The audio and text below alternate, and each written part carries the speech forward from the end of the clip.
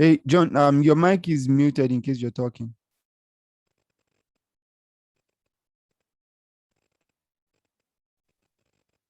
Yep. Good afternoon, everyone. Welcome to today's masterclass.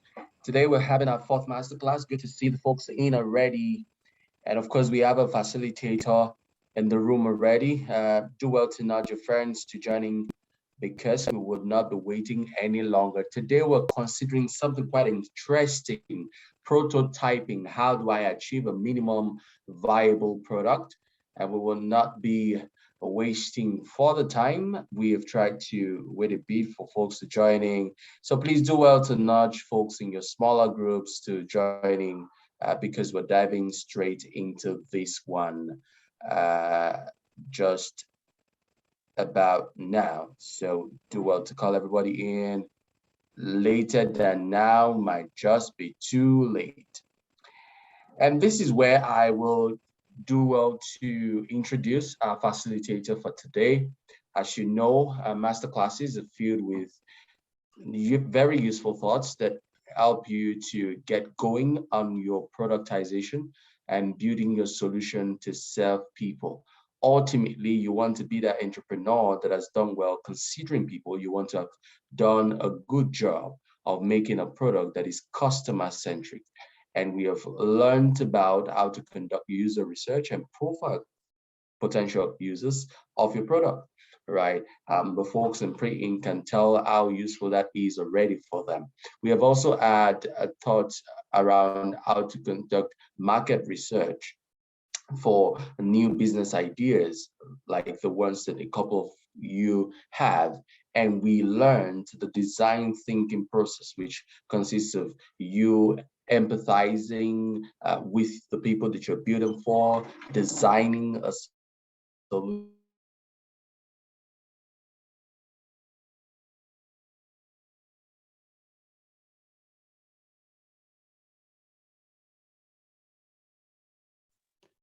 Is it just me, or is John's We'll be connection back frozen? soon. Hello, everyone. It's his Hello, connection, but Victor. he'll be back with us shortly. Okay. All Yeah. right. All right. Just wanted to be sure.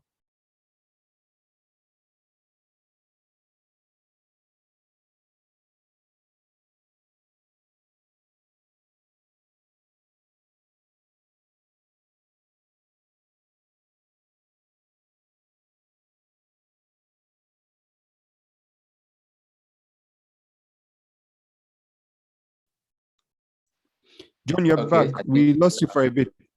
I'll just continue introducing our facilitator today. I've said that he's a Six Sigma certified yellow belt professional with leadership experience. Ololade has an international MBA from the International MBA Institute in Zurich, Switzerland. He holds a computer science certification from Stanford University, a School of Engineering. He's also definitely a fellow of the United States Department of State Mandela Washington Fellowship. Ololade has experience doing a lot in the tech ecosystem. He has founded an hardware company many years ago that piloted making phones that are Nigeria centric, if you let me say that. He's moved on to working in a couple of startup development agencies like Premier Hub in Akure, Ondo State, and of course, Ventures Platform in Abuja, and has actually worked as a leader in these organizations. Today, Ololade, I often call him Obra, as many of his friends and people in his network call him, as being able to gather so much experience helping startups define their path and finding clarity and helping them move as they should in offering the solution that they seek to prefer. And Ololade definitely, as being the chief staff at Ventures Platform in Abuja, today he's the CEO of the Obra company, where he does a lot enabling international organizations do a lot of work in Nigeria, working with technology experts. Today, we have Ololade on the call, and he would not be taking any further time to show himself as he helps us understand prototyping and how we can take advantage of it. How do you go about it? What do you do with it? When you're prototyping, who is it applicable to? Is it applicable to everybody in every field? And when I do it, how do I conduct a learning experience with my prototyping? How do I get sufficient feedback that helps what I'm trying to make? I can assure you that we have a qualified person who will be handling this today. So I'll just hand over already to the facilitator, Ololade Otayemi, who will be taking us through. Over to you, sir.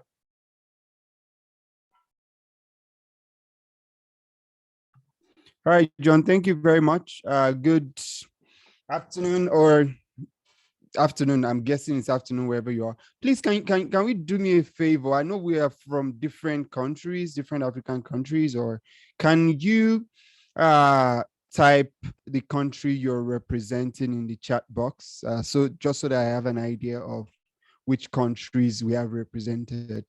I was a Mandela Washington Fellow with the U.S. Department of State. Oh, I'm seeing Togo, Ethiopia. All right. Which other country do we have there? Mali. Nice.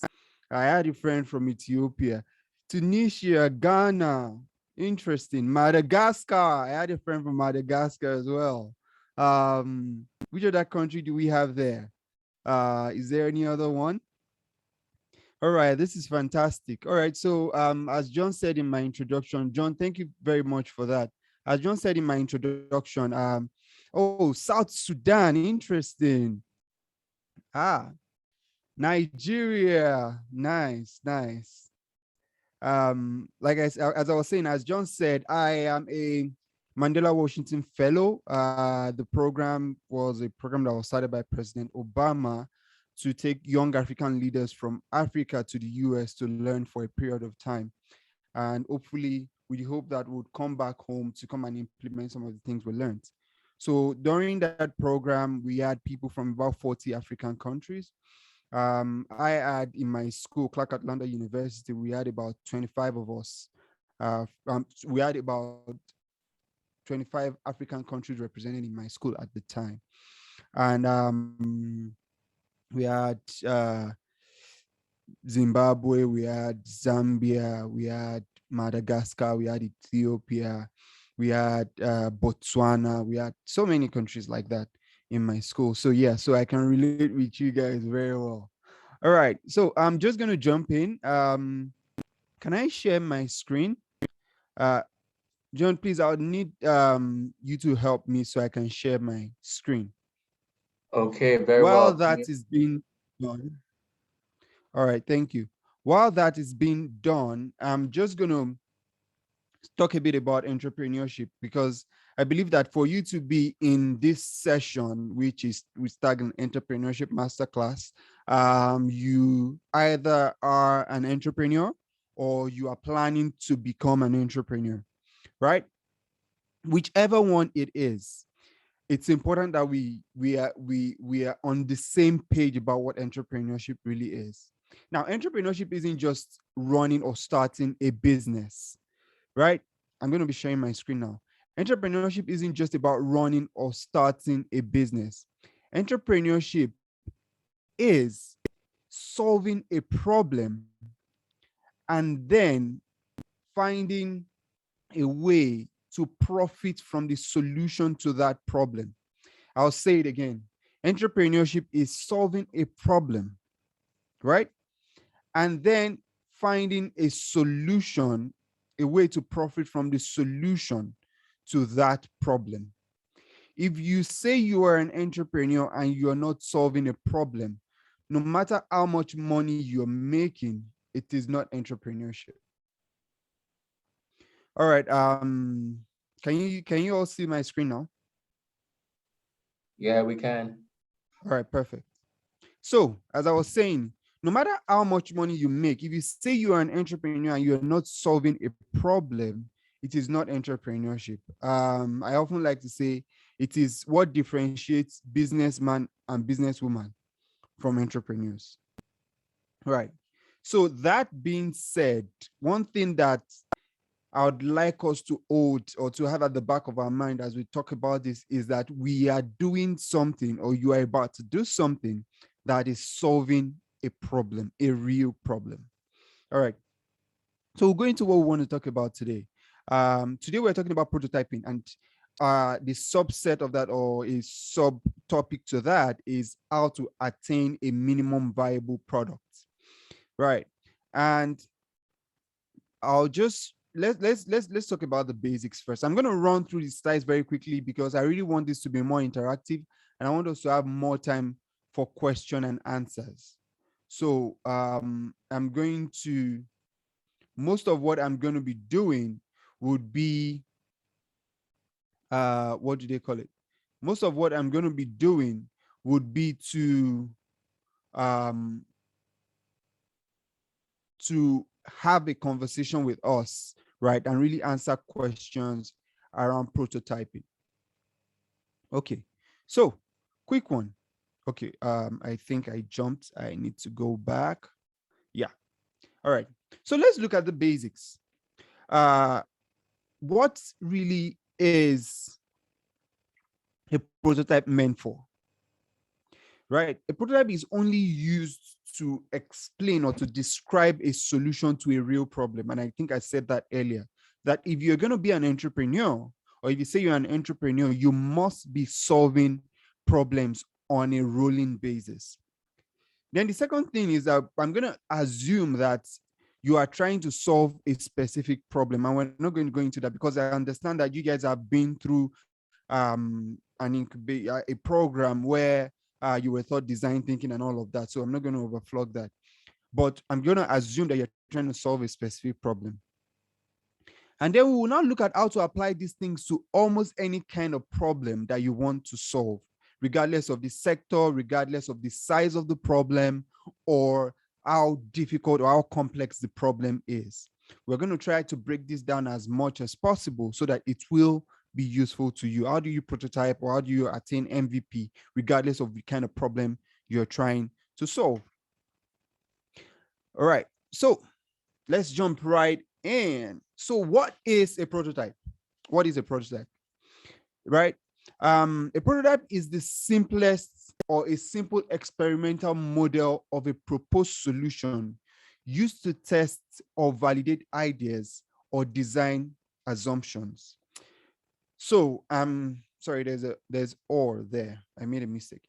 But I'm going to take, you see, I've made some words bold because those are the words that we really need to understand.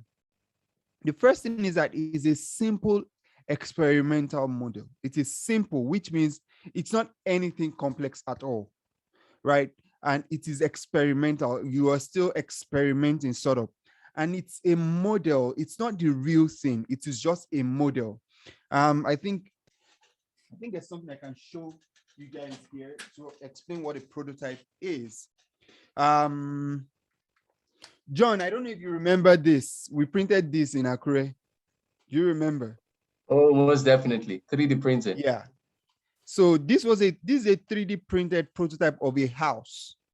Now, that's why what it means to be a model. What a model is it's not the real thing. This is a scaled down version of this building that we printed through a 3D printer, right? Now it's a model, so that means nobody can live in it. Not even there was this movie that they made then, The Borrowers. I don't know if anybody remembers them. Where they were very tiny people. Even the borrowers cannot live in this house. It's too tiny. So it's not a house that anyone can live in. So it's not exactly useful, but it is an experimental model of the real thing, right? And then it must be an experimental model of a proposed solution, which means it is designed to solve a particular problem, right? And then what you use it to do is to test and validate ideas or any assumptions that you have. So we'll talk about this in a bit and we'll go into more details. But now that we've talked about a prototype, let's now look at what an MVP is. An MVP, typically called a minimum viable product, is a version of a product or version of a new product, typically the first version of a new product, which allows a team to collect maximum amount of validated learning about the customer with the least or the smallest amount of effort. And another way to describe it is the simplest or cheapest way to satisfy early adopters. And I'm going to take all of those components one after the other so that we understand. So the first thing we must understand about a minimum viable product is that it is typically a version of a product. So it is no longer a prototype. It is now a product on its own, but typically the first version of that product.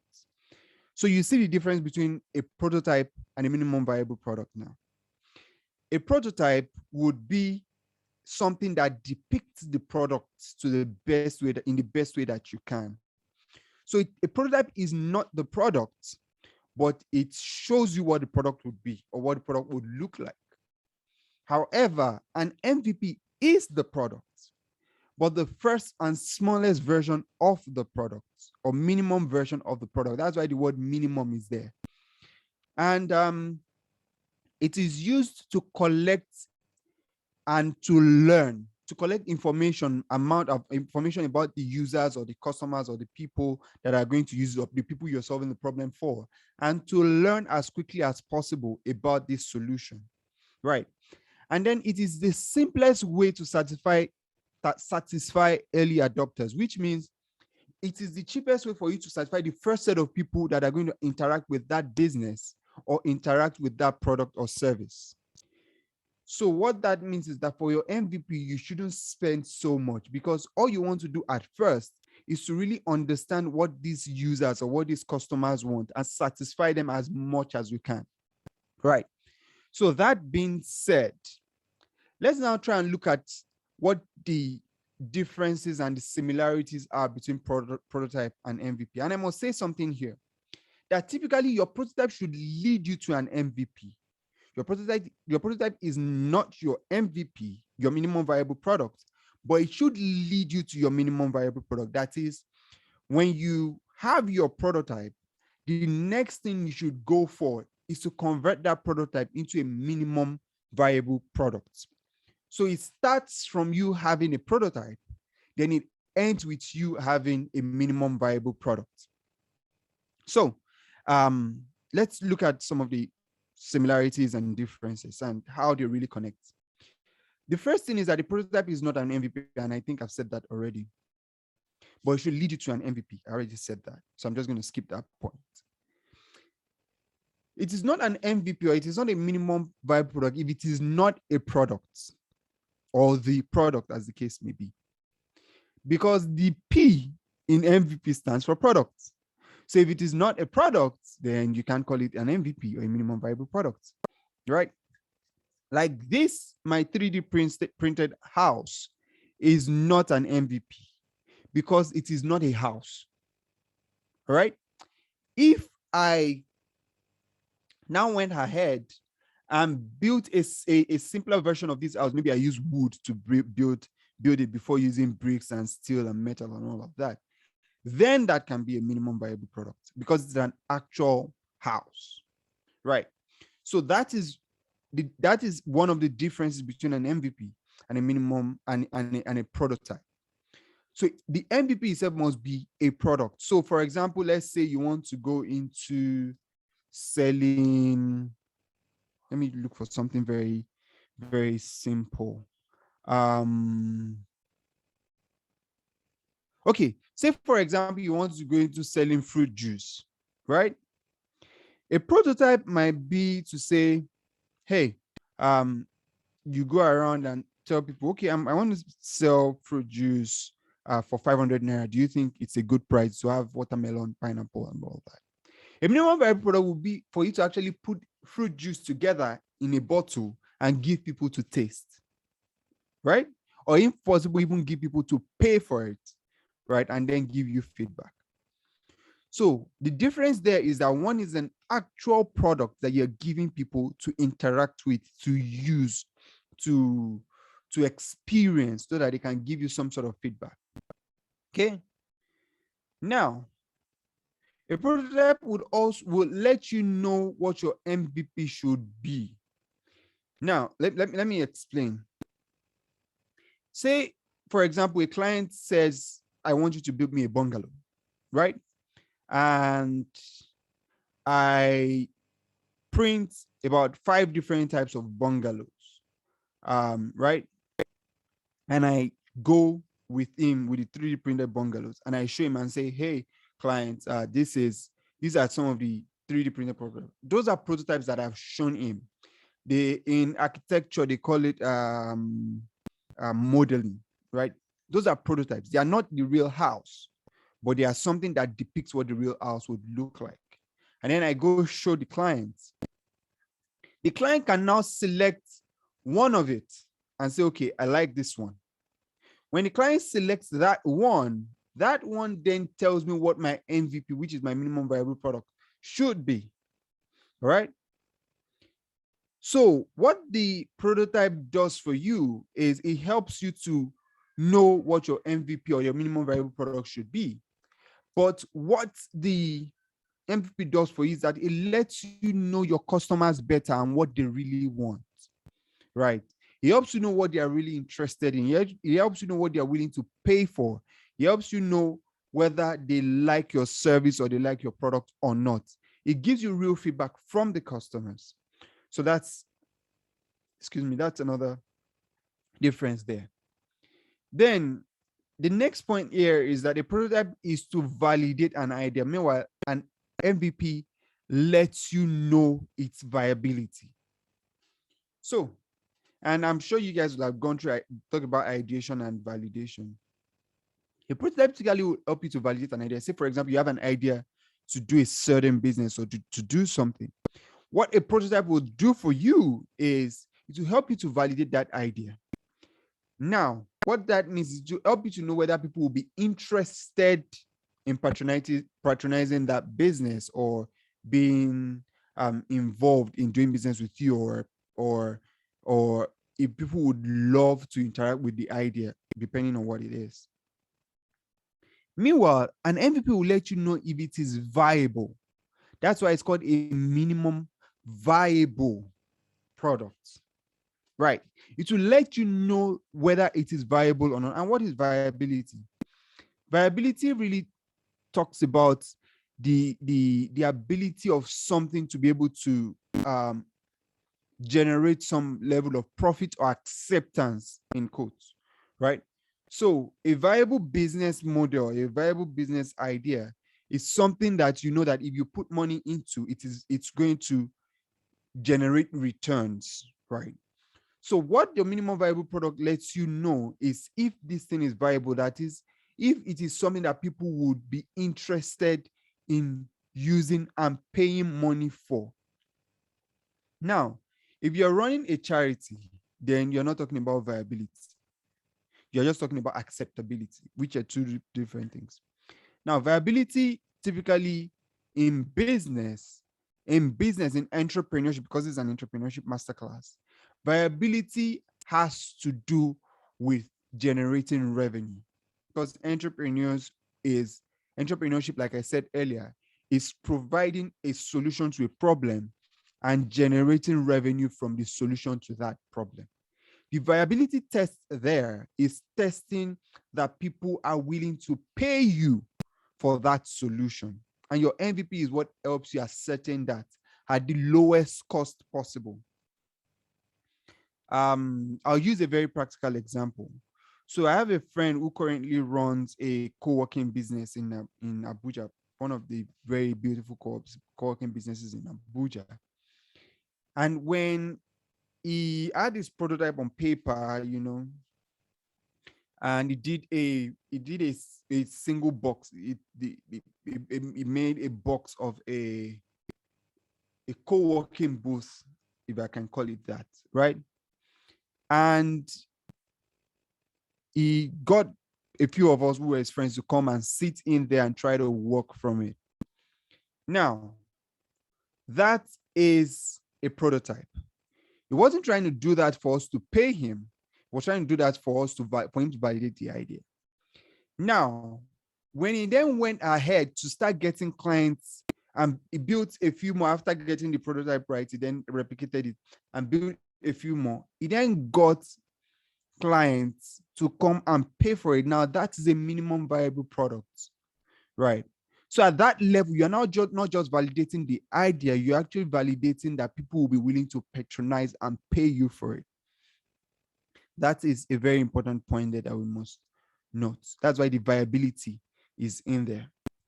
A prototype helps you to explain and make sense of the idea to people. So sometimes you have an idea and you're trying to explain it to people and they're not just getting it. Sometimes you just need a prototype, right? But an MVP helps you gather real feedback on the real product itself and not just the idea. So that is the difference now between the MVP and the prototype. The prototype helps you to explain the idea to people, but the MVP itself is actually getting real feedback on the product. So that means that the MVP itself is the product that you've shared with people, you've given people to use or interacted with people, or people have paid you for, and then they're now giving you real feedback. Next point there, I'm trying to rush through this so that we have enough time for question and answers, because I really want us to take as many questions as possible, because I think that's where the real value is. All right, a product does not have to deliver actual value, but an MVP must deliver the core value of your idea. And I think I'm going to spend a bit of time on this. So typically, when you are trying to start a business, one thing you must understand is that a business must constantly deliver value to its customers, because that is what will make them come back again. So what that means is that, and that is where I'm sure you guys will have talked about unique value proposition or unique selling point and all of that. It is not a business, or you are not an entrepreneur, if you are not delivering value, constantly delivering value to your customers. Now, the prototype does not have to deliver that value to your customers. And I'll go to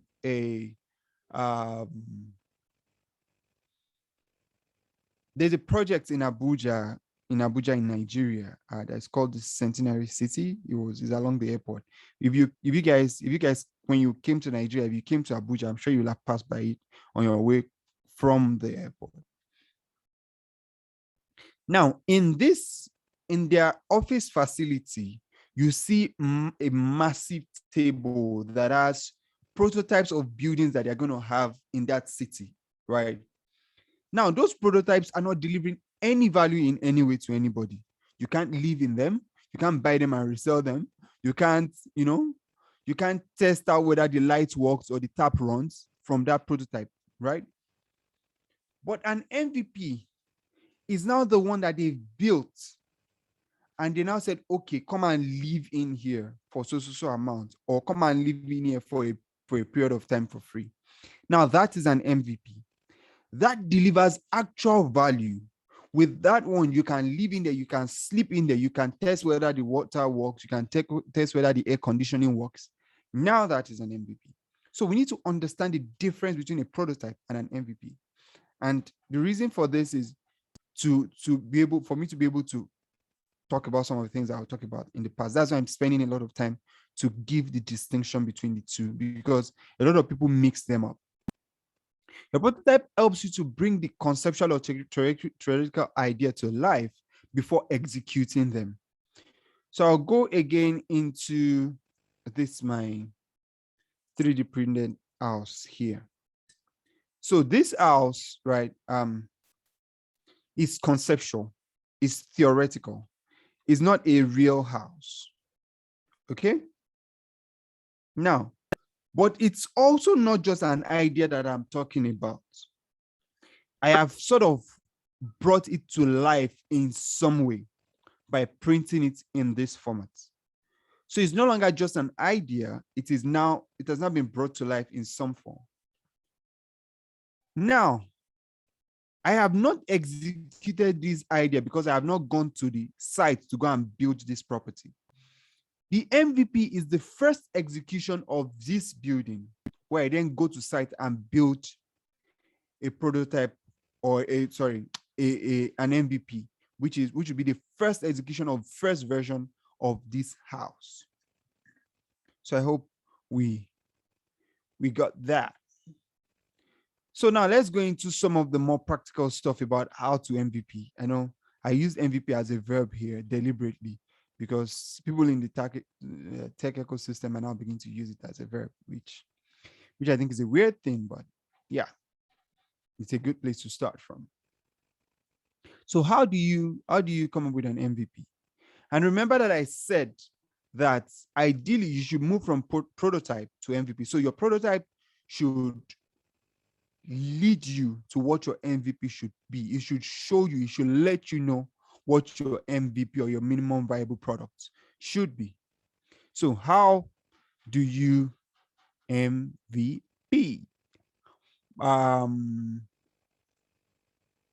The first thing is you must start from the problem. And I'm sure in the course of your program, you will have heard this so many times.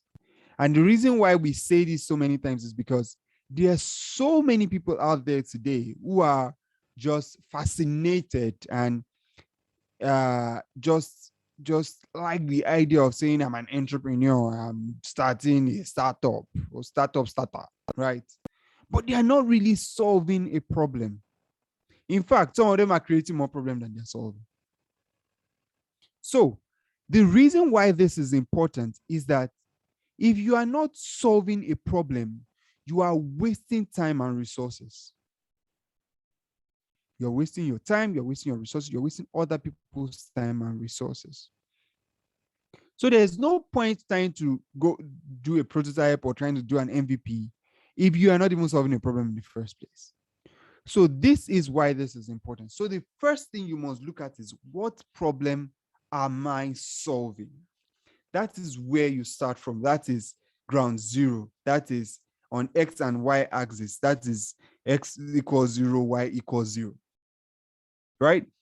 That is the lowest and the most basic question you must answer.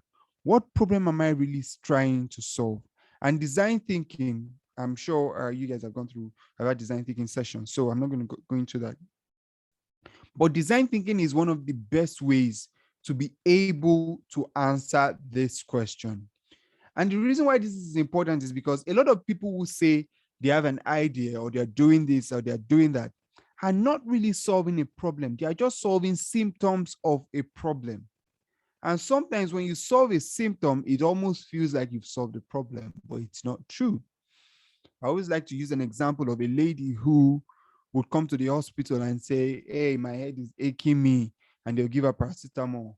Then tomorrow she'll say, hey, my back is aching me, and they give her ibuprofen. And she say, hey, my stomach is turning, and they give her this and give her that. And then eventually, after so many trial and error, you now realize that, hey, this lady actually had HIV, and they've been treating all manner of things. Now, all of those things are just symptoms, but you're not solving the real problem. And this is where root cause analysis comes in. And I'm sure if you've done design thinking, those are some of the things that you will have been taught. And I know you guys have done that.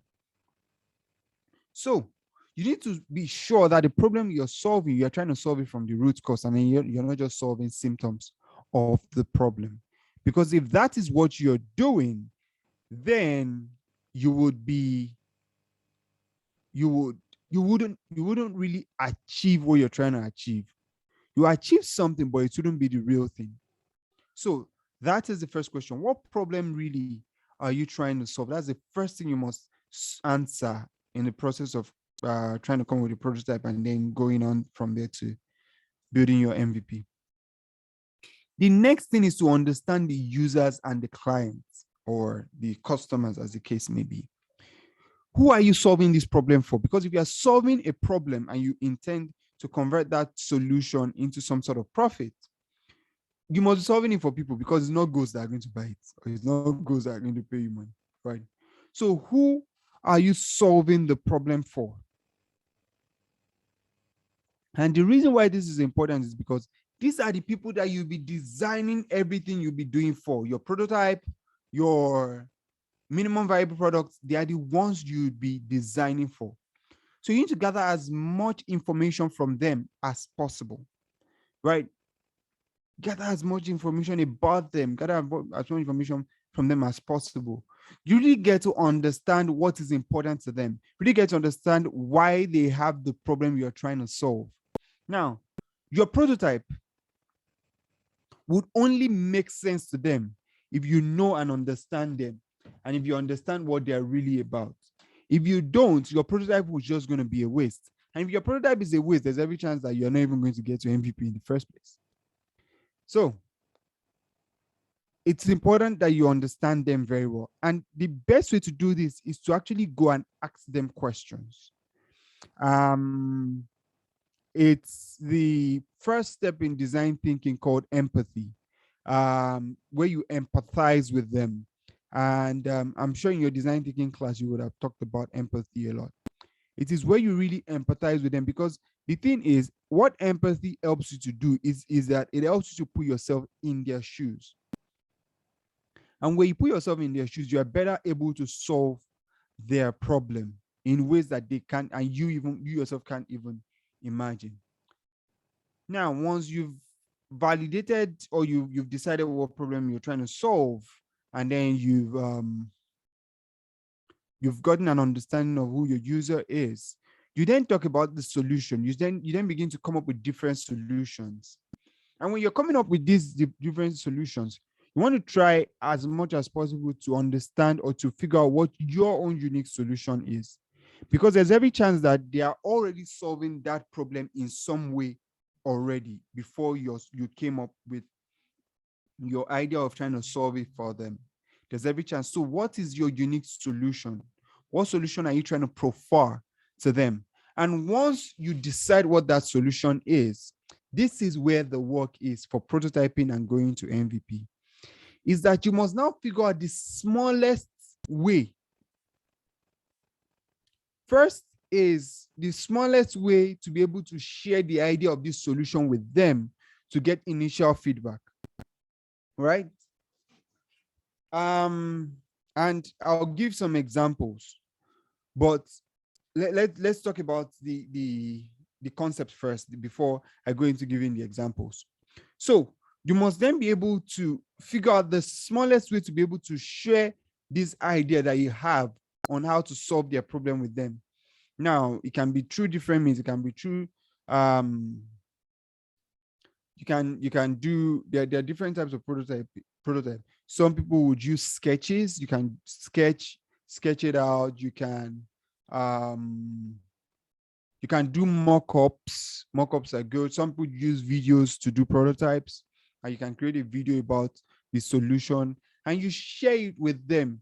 Ultimately, what you want from them is feedback at this point. Now, you're not asking them for money. You're not asking them to pay you for it. You're just trying to get them to buy the idea, or if they won't buy it, give you some feedback on why they are not buying the idea. Now, this is still at idea stage. This is what your prototype does for you. Now, taking it further to MVP is now beyond just the idea. Now, you are now developing from the feedback that you've gotten from your prototype, you then take it further to develop an MVP, which is the smallest and simplest version of that product, right? Which you can then take back to them to say, hey, I asked you these questions, I showed you this prototype, and now based on the feedback you gave me, this is the actual product. Can you use this product and let me know how it works, right? So what that means is that you've gone from just an idea of solving a problem to actually giving the solution, putting the solution in their hands for them to use and give you real feedback. This is usually the difference between most people, most businesses, and most entrepreneurs. They don't go the extra mile to be able to get that real feedback with real products before they launch and launch big. And sometimes that is the difference between success and failure. So now that that is done, so you've gone from giving them, sharing the idea with them and getting their feedback, you've then gone further to giving them an MVP, a minimum viable product that they can interact with to then give you their real feedback from interacting with your product.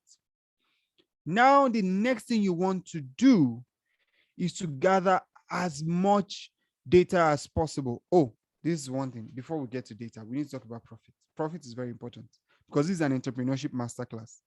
So in an entrepreneurship masterclass, anything we talk about and we don't talk about profit is charity. And this is not a charity masterclass, if there's anything like that. All right.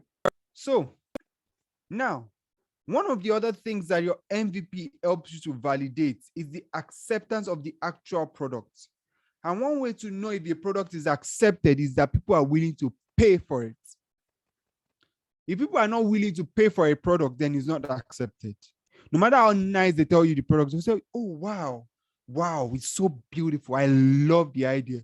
Oh, it's great. That's where it ends. If they don't give you actual money in the bank, if you're not willing to pay for it, then you don't have an MVP yet. What you have is still a prototype.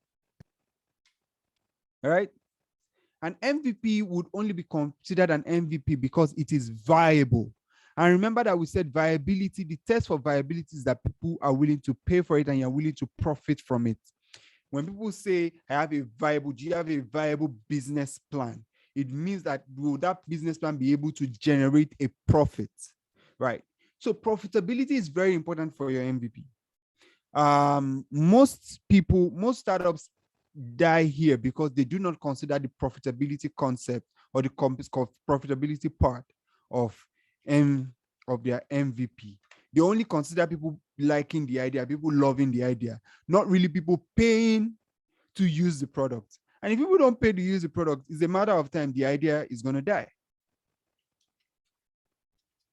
So this is why profitability is very important. And it is something that we must always look out for anytime we're trying to launch a business as an entrepreneur. If you miss this, you've missed it, because money, profit is the blood of any business. Cash flow, like I said, is the blood of any business. Any business that doesn't have money coming in and good cash flow is dead on arrival. And we must understand that.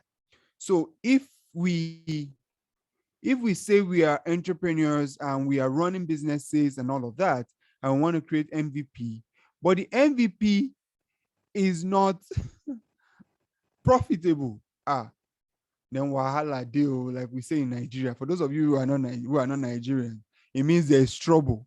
All right. So profit is very important. So one of the things you are validating with your MVP is how viable. That's why it's a minimum viable product. Is how viable the business is eventually. So now that you've put this product into the hands of customers, the biggest thing you need is data. You need as much data as possible, because if not, your MVP would be wasted. Now, here what we're really talking about is, what do you want to learn through this process? What exactly are you trying to learn? What are you trying to learn from your users? What are you trying to learn from your consumers or your customers? What are you trying to learn? What information do you need from them? And this is where most people make mistakes. So typically, most people would go and give their friends and family and say, hey, I have this idea, I'm trying to do this business and all of that, come and patronize me. And they now ask, what do you think? That is the worst question you can ever ask if you want to get real feedback. But the best question you can ask is to ask, what is wrong with my product? Because if you ask what they think, they want to be nice to you. And because your early adopters are typically people that know you, are people that are close to you, because they are the ones you can easily convince, they're not going to tell you, they would want to be nice. And that's the thing with us Africans. We are too nice. You know, when we were growing up, they told us, if you don't have anything good to say, don't say anything at all. So people try to be as nice as possible. And sometimes they don't know that in that niceness, they're actually killing your business, right? So one thing you must do is to understand the kind of questions to ask, and you must be specific. But the biggest question you can ask in this process of validating your idea or your MVP is, what is wrong with the product? What are the things that are wrong with it? So because if you ask what they think, they'll just say, oh, it's nice, it's okay, it's fine. And Africans do that a lot. We are not very sincere. But some people like to say, no, it's not that we're not sincere, just that we're not blunt. It's a lie. We're not sincere. Let's be truthful to ourselves. We are not always very sincere. So ask people, what is wrong? What do you think is wrong with this product? And that way, they will be more critical and give you real feedback that will now help you to improve on whatever it is you've done. Okay, we're running out of time, so I need to run. All right, I'll just jump, but I hope you get the gist here. The gist here is ask the right questions and gather as much information and data as you can, because that is what would help you to learn as much as possible about your minimum viable product. The next thing, and the final thing that I'll talk about before going to question and answers, is the iteration. And this is probably the most important. It's not even the question, it's not the data, it's the iteration. Because most people go ahead, go through the struggle of doing validation, getting their MVP, and at the end of the day, they don't iterate. And what is iteration? Iteration is really taking all the learnings that you've had and gotten and implementing them on that product to improve on it. And most people fail to do this. And it's so interesting that people will go through a lot of stress, spend resources, put out the MVP, and then at the end of the day, they don't iterate. That is, they don't improve on the product based on the solution. Now, this is the challenge with most entrepreneurs. Most of us, when we go through this process, we already have our own idea at the back of our minds of what we want to do. So, for example, when I've taken people through incubation and acceleration programs so many times, both in Nigeria, in Europe, in the US. And one of the things that we see consistently is that people would take feedback, right? But not implement the feedback and still go ahead and do the original idea that they had or the original thing that they wanted to do in the beginning. And this just destroys all of the other things that we've talked about, the entire process that we've talked about, from finding out the problem to creating the solution to find out if it's profitable to gathering the data. If at the end of the day you come together with all of these fantastic data and learnings and you do not implement them to improve on your product, then it is all a waste. So iteration is probably the most important part of attaining attaining MVP, because it is as you iterate that you then begin to improve on the product and you begin to get more customers interested and you grow whatever it is you're trying to do. I'm going to end it here so that we can take questions. And this is where I really need us, because we only have a few more minutes for questions. So if there are any questions, I'm open to answering questions. And please, I need you guys to ask questions. I also have people on IG Live. So if you have a question on IG Live, you can put it in the comment section. All right. Yeah. So question, shoot, any question, just ask regarding to prototyping, MVP, or entrepreneurship generally. I'm waiting. All right, guys. Thank you, Ololade, for helping us come thus far. Thank So, you, guys, this is the time to ask your questions. Just indicate, and you'll be told to unmute your mic and speak. Meanwhile, just to let you know, I have questions to ask you. So this is the time to be ready.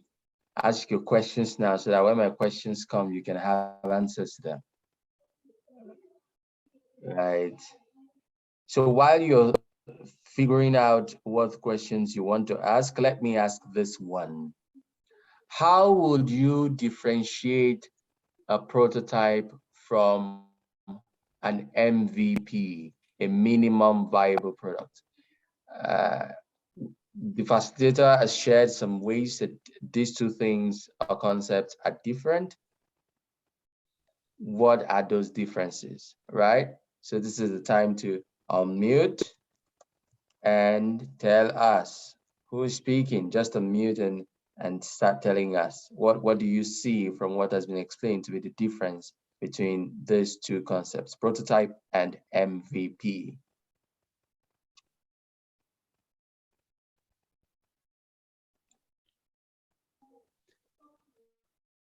Okay.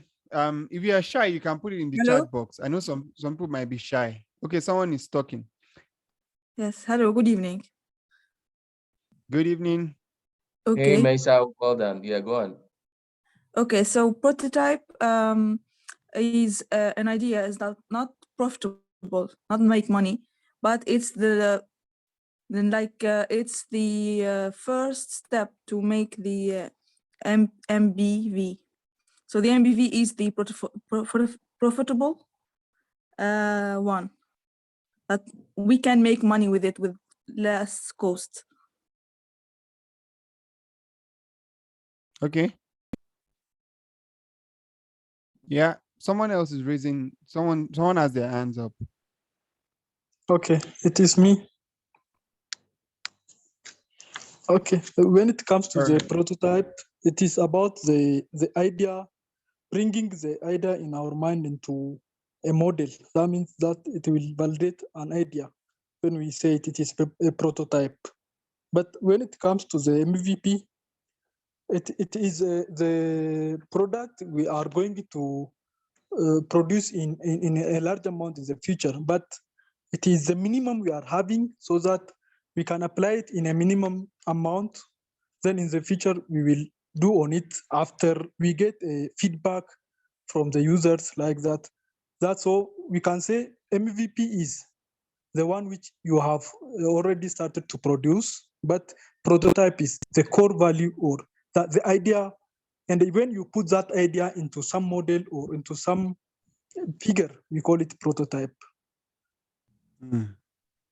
Nice. That's nice. Thank you.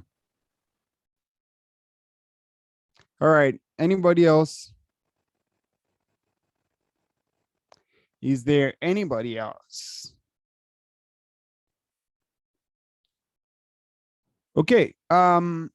So is there any questions? I really wanted to give us enough time to answer questions. If there are any questions. Okay, so I have a suggestion on how we can do this. For those in the pre-incubation, do you mind unmuting and talking about the problem you're tackling? We may not be able to take so many, maybe one or two, but this will be really beneficial for you if you're still trying to figure out what should be my prototype. So if you would tell us what the problem you're tackling is, right, and how you're thinking to solve it, and we would have a conversation right now, and everybody will make contributions as to what your prototype should be. This could really be helpful for you. So you can unmute now, tell us the problem you're tackling, tell us what kind of solution you're looking to provide, and let's help you decide what your prototype should be. I still had a call with Musa earlier today, and we were able to define what the prototype for his solution would be. So this is a great time to do that now, right? So who's seizing the opportunity?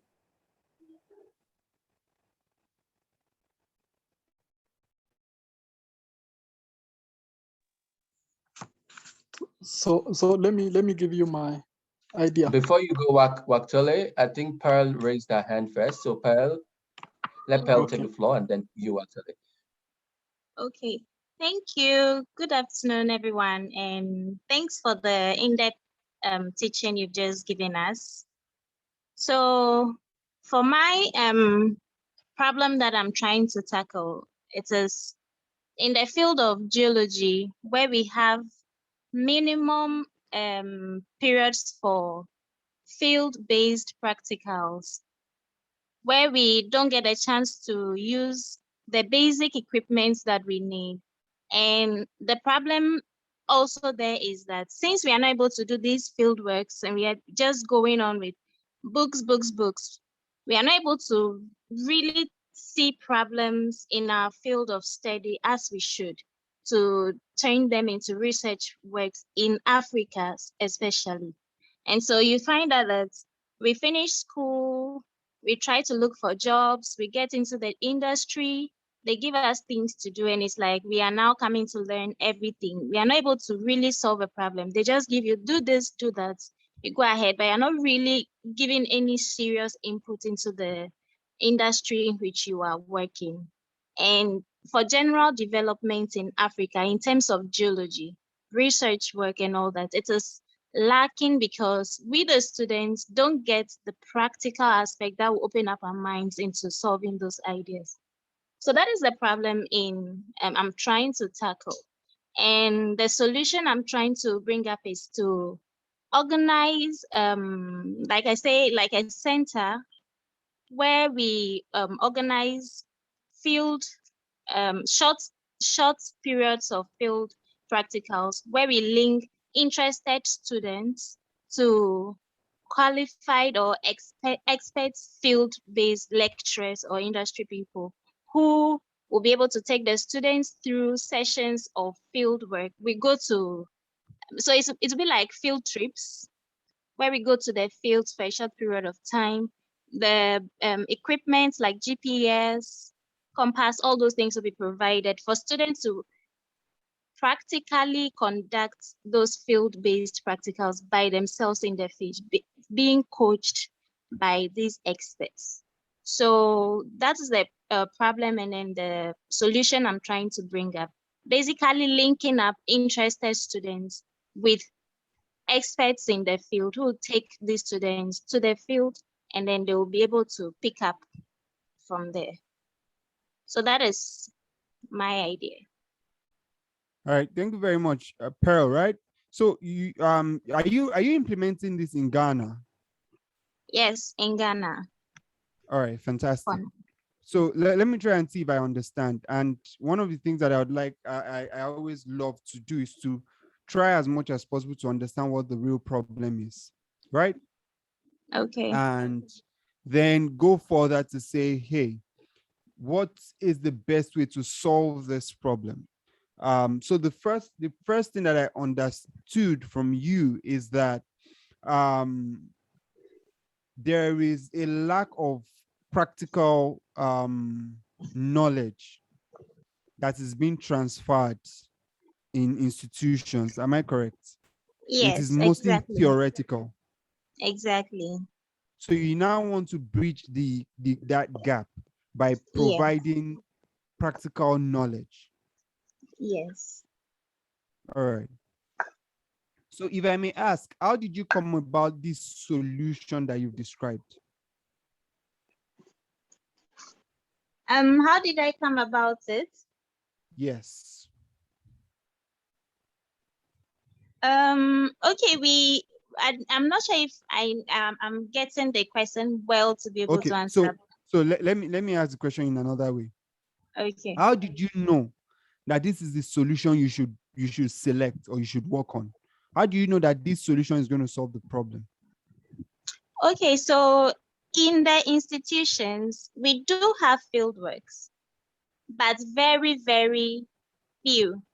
And field works that should take us at least 3 to 5 days. Sometimes we use 1 day.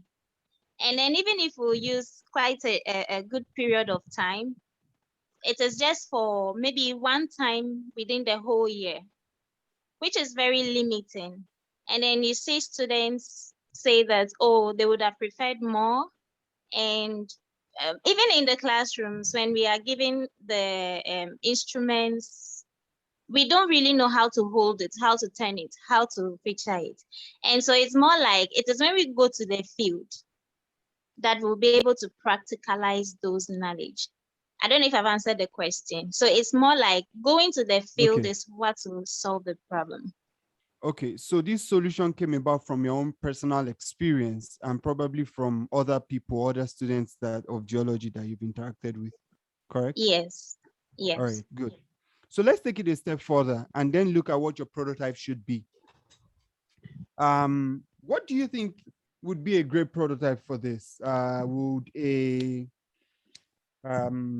Would you drawing out a plan on paper to say, hey, this is a field experience program. It's work like this, like this, like this. You spend 5 days here, you spend 2 days here, you do this, you do that. Do you think that would work for a prototype, not an MVP now? Okay. On paper, yes. And let me see. I think so. I'm thinking maybe something better will do but for now, I don't have any, but maybe a paperwork showing the map. Yeah. So typically for something like this, what I would liken it to designing like an internship or field experience program. Yeah. Your prototype here would be a simple sketch out of what the program would be like, step by step, right?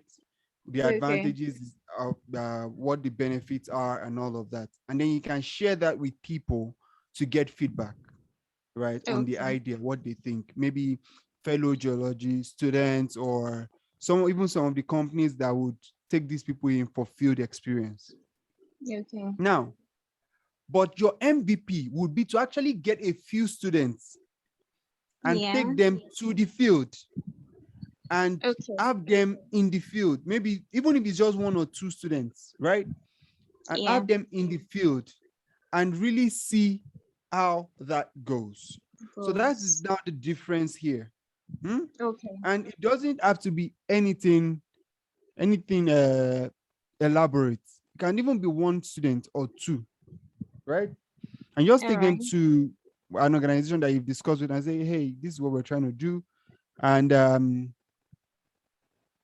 from that, you'll be able to know what is possible, what is acceptable, and what is realistic. Okay. Do you get my point? Yeah. So this is a practical example of how you can prototype what you're doing and then move on from there to an MVP. Your prototype would be what you'd put on paper to show the company, say, hey, this is what we're trying to do. I'd like you to take a few students, maybe 2 or 3 students. Right?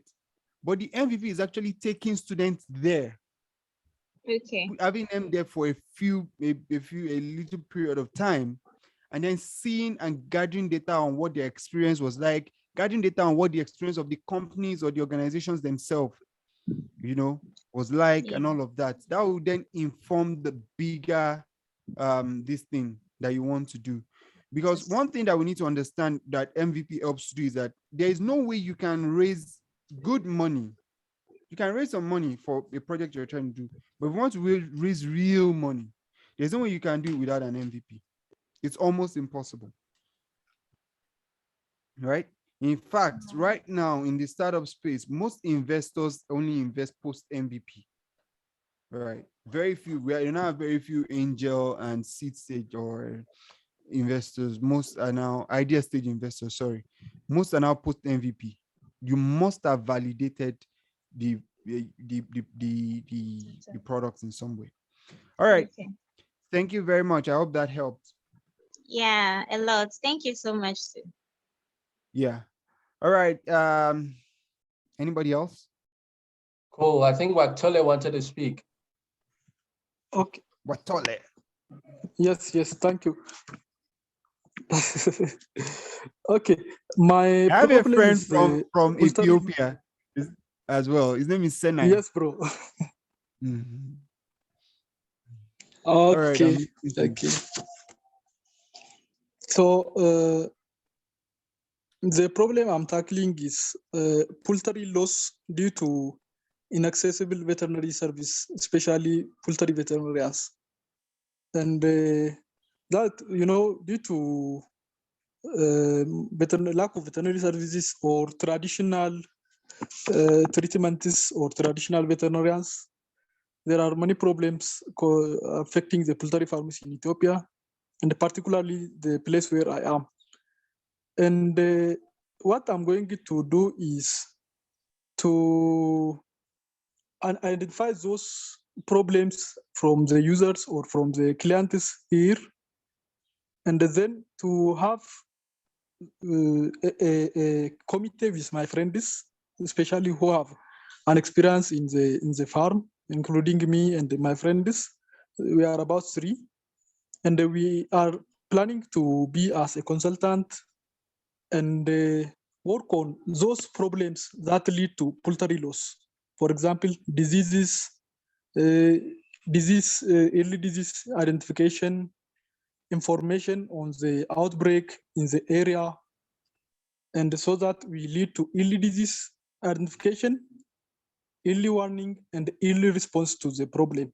Especially, for example, when there is a problem of virus in a poultry farm, you don't have a treatment for a virus, and you are going to lose all your business. Birds. So that what we are planning to do is early disease identification, early warning, and early response. Okay. And I want That's an really idea great. on how to prototype this. All right. So that is really great. So let's go back, and it's always best, and when you're trying to do something like this, always go back to the first principle. First question is, what problem are you really trying to solve? The problem is that the poultries are having issues, right? They are losing their animals due to diseases, correct? Am I correct? Yes, yes, of Otole, course. are you there? All right, good. So Yes, they are losing their animals to diseases, and some of these losses can be avoided, right? And you have yes, seen that as a problem, and you're now trying to provide a solution. Your prototype in this case is to really figure out to get to prototype. Okay, so let me say this, right? That the easiest way to get a prototype is through design thinking. So if you guys and John, correct me, but I think you guys have done design thinking, right? Sure, yeah. All right, good. The easiest way to get to your prototype, or to know what your prototype should be, is through design thinking. Once you go through that design thinking process, it helps you to understand what the real problem is. Because sometimes you can say that it is because the farmers are not detecting early. But then you realize that maybe the farmer has a primary job and this is a side hustle. The farm is a side hustle. So it's not paying as much attention to the animals as it should. You could also realize that maybe the farmer doesn't just have enough knowledge. He might not need you to do anything for him. He might just need you to educate him better. So now, if you are able to ascertain that, the next thing that you then do is to say, okay, now that we've understood what the real problem, what the core of this problem is, we then take it one step further to provide a prototype.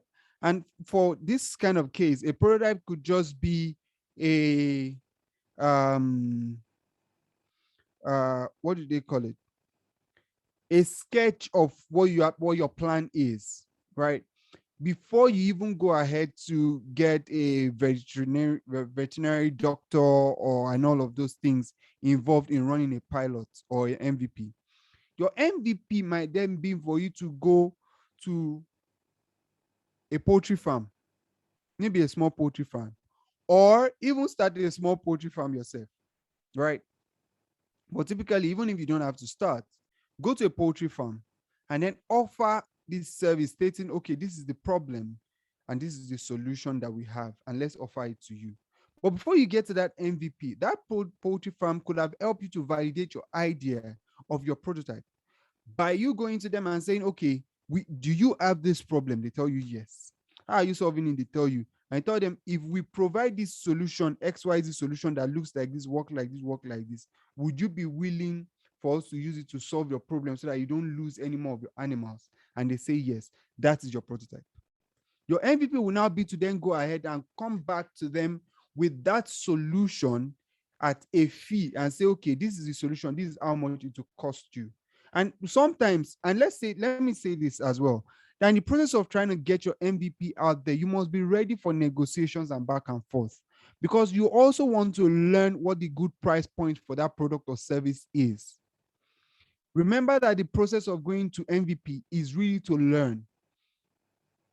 So you also want to learn what a good pricing for that product or service is. Like for Pearl, for example, the program you're trying to do, I'm sure it will cost you money. That first pilot that you're going to do with any of the companies, you might want to charge a fee. You might want to charge a student a fee for it. And in that process, you don't want to be stuck on, okay, this is the cost. You have to be flexible at that point because you want to learn. So you want to say, okay, we're going to do this for you at X dollars, maybe $10, for example. And say, no, $10 is too much. That is a pointer to tell you that, hey, you cannot price this product or this service at $10. Maybe price it at $7, right? MVP helps you to find a sweet spot. That's what we call it in business, for pricing as well. It does a lot of things for you. It solves a lot of problems. But one of the things it does as well is to help you find a sweet spot for pricing. So when you go to the poultry, when you go to the poultries and you say, okay, when we came to you and we asked you questions about the problem you're facing, this is the solution we've now come with. We will do X, Y, Z for you, and this is how it will work. This is the advantages that you're going to get from this, and this is how much it will cost you. And you have to be willing for them to tell you, no, we don't want it, or no, the price is too high, or no, this thing is not going to work. And you listen. Sometimes when entrepreneurs approach customers with their MVP, they want to force the MVP on the customers or the users, and they are not willing to take that feedback as it should. They say, no. I'm like, Oga, I am the user. I am the customer. I don't want it. Finish. So that is very important. So that's what I think about that. I hope that helps. Thank you very much. Very helpful. All right. All right. Is there anyone else? Time is running really fast. Let me jump in now. As we move further and further, we discover more. And I have to say thank you so much, Ololade, for taking us this far. I just want to chip in this question. Is it possible that for a product, the potential users or the targeted users don't realize their need for it while it is being made, such that it is only until when it has been made that they now realize, oh, this stuff was needed all the while? Are there situations like that? Yeah. So I really like that question, and I'll explain why. So most people think that it is, and people often say that, use Apple, for example, when they ask these kind of questions. Like, hey, we did not know that we needed a smartwatch until Apple said we needed a smartwatch. We didn't know we needed a smartphone until Apple said we needed a smartphone. And let's just go to the first principle. One thing we must understand in these scenarios is simple. Most times, the reason why we say maybe people don't understand or this or that is because what you are selling to them is the product, not what the product will do for them. Because they might not know that they need the product, but they know that they have the problem. If they do not have the problem, or they don't think they have the problem, there's really nothing you can do. There's no convincing you want to convince them. But if they understand that, okay, we have this problem, right? Then what they are now looking for is a solution, not a product. Don't forget that every time you put a product in front of customers or in front of users, what they need is not the product. What they need is the solution the product gives them. But most times we end up selling the products and not the solution. See, human nature, right? And I think, let me slow down here. Human nature, we naturally gravitate towards people who solve our problems, and we run away from people who give us problems. It is human nature. So if you come to me with a solution, not a product, now, the product houses the solution. The product is not the solution. So most times, why it is difficult for you to convince them that, hey, you need this, is because you are selling the product, not the solution. So what is the product going to do for them? What will the product help them achieve? The moment you can sell that, there is nothing else that would hold you back, as long as it is what they need, or rather, it is a solution to a problem that they know they have. If they don't think they have the problem, then there's every chance that they don't have it. You are just making stuff up, right? But if they know, until they realize that they have the problem, there's really nothing you can do.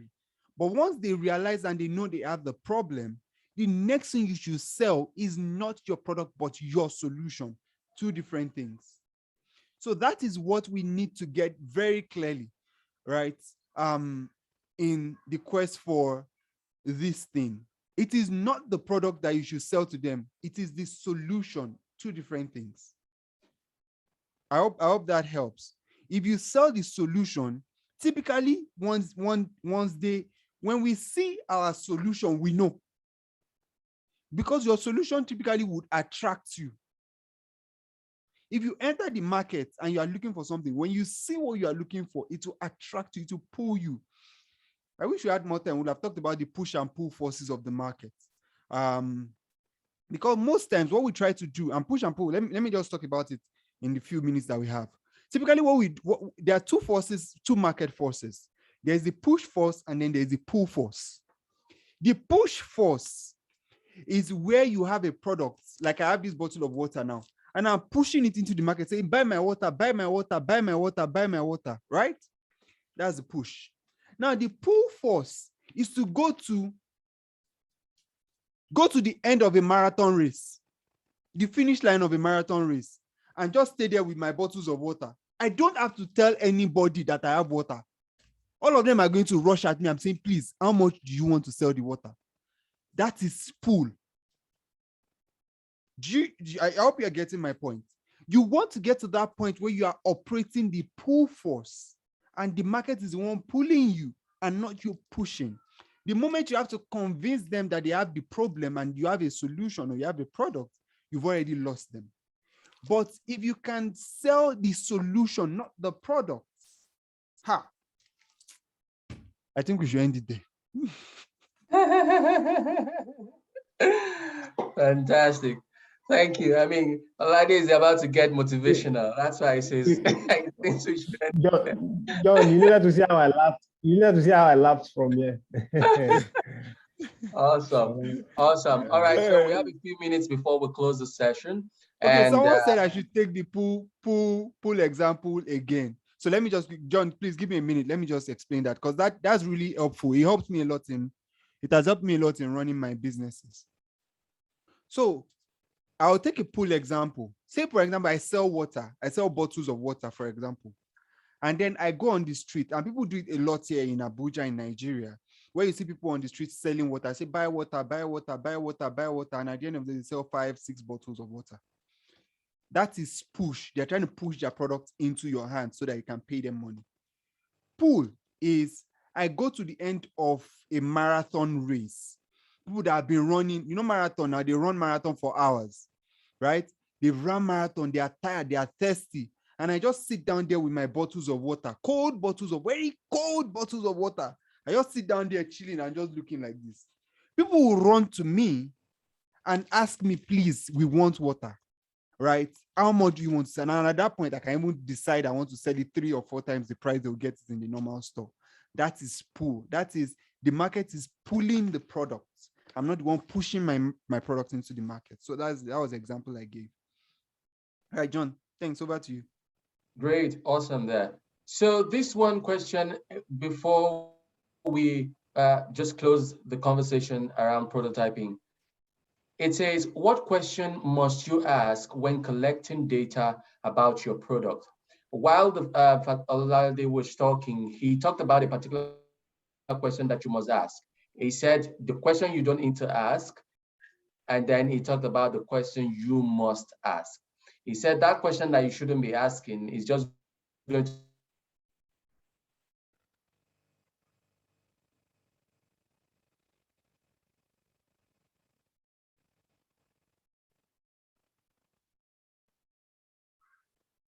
John, I think No, we lost you. we lost you a bit. Oh, really? Okay, so I'm back here. This is the question to you. What question should you be asking people when you're trying to get feedback about your product?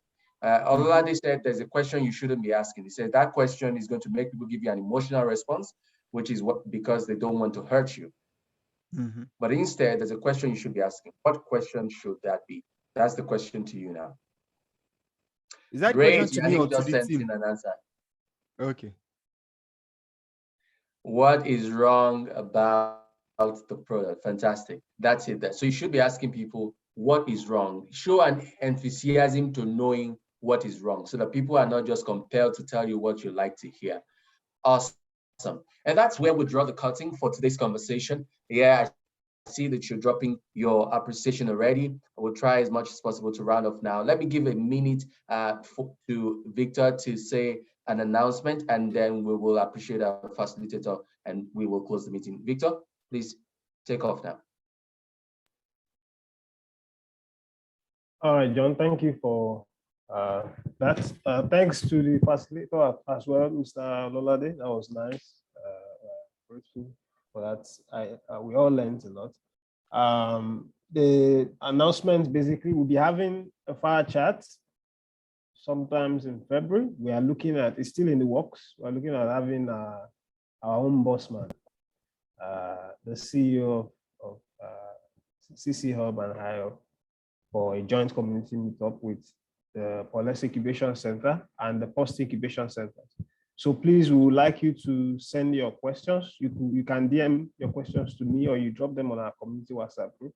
Where it's going to be a question and answer session, but we want to maximize the session. And we hope everybody is hearing me. Yes, definitely. Okay, so please drop your questions in the WhatsApp group. Then secondly, we are still trying to work around the dates for our next Afrocentric event, but it's going to be on drug development and vaccine production. So there is a unit here in the University of Ibadan that's supported by Makato Foundation. And further information they will be the one facilitating. Further information regarding that will be communicated to us later in the week. All right, over to you, John. Sorry, Fantastic. I just realized something, John. So Okay. my wife is on this call. Yeah, so I saw her appreciate join, that. and I was wondering, perhaps you were together. Well, we're I going to just take saw that. pictures now. So maybe she's going to be kind enough to show us her face, really. So guys, we'll just, let's take a picture before we close the conversation today. All right, so please turn on your videos very quickly. Let's just, as we normally do, take a picture. Let's farm our facilitator for just a bit. Hey, Doreen, look at that chick there. Oh, now this is the person we're talking about. Hi. Izuchuku, do you mind adjusting your camera so that your face is more visible? Mesa, let us see what you look like in Tunisia. Hey, look at Fanilo in Madagascar. Abiola is showing us live from Lagos. Fatima, prove to us that you're in Abuja and you're talking to Buhari at the moment. Show us where you are. Hello, John. And Ololade, you really have a nice office there. Thank you. Thank you. Actually, sorry, I think the network is unfriendly today to John, but maybe I can just, let's just wait for a minute because he has to be in the picture. I hope that's fine.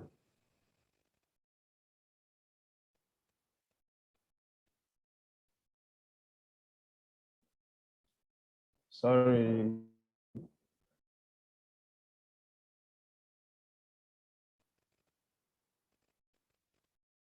Okay. We need to wait for John to come back, yeah? But it's good to see everyone though.